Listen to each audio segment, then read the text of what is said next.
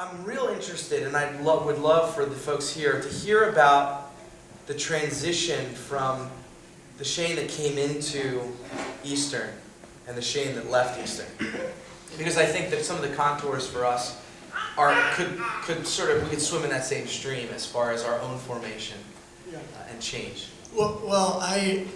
So when I came from East Tennessee, I don't think I knew how small my world had been growing up. You know, I can remember when I first came to Eastern, I put my college yearbook up on the shelf, and it had a Confederate flag on it. And my roommates and folks on my floor were like, "That's not cool, man." You know, and they educated me a little, you know,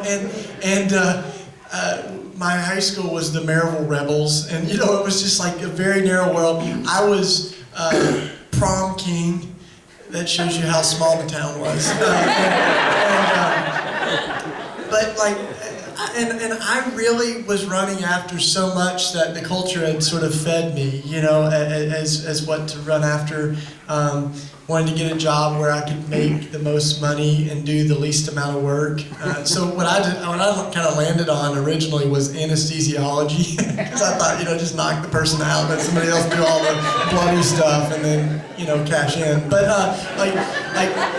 sorry if there's an anesthesiologist in the house, but like that. But I had all the wrong motivations, you know, and it wasn't that like med school wasn't like God's will or something. It was just like I was running after so many things that I had kind of been taught as the American dream or whatever. And I think what I really began to see was like, maybe God's got a different dream, you know, and maybe actually the patterns of the world are not in line with the patterns of the kingdom, and that, you know, we're to be the least if we want to be the greatest. And so many things that I just couldn't reconcile in my life. And I began to see folks at Eastern that were taking the words of Jesus so seriously. You know, I can remember one of the first times I went down to the inner city, and I was scared to death. I didn't want to talk because I thought somebody would hear my accent and mug me or something, you know.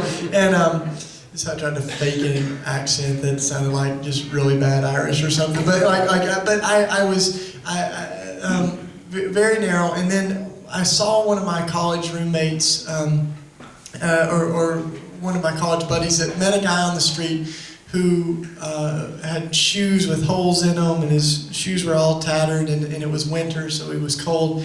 And Chris just took his shoes off because they figured out that they had the same size shoe, and he put his boots on this guy and put that guy's shoes on himself.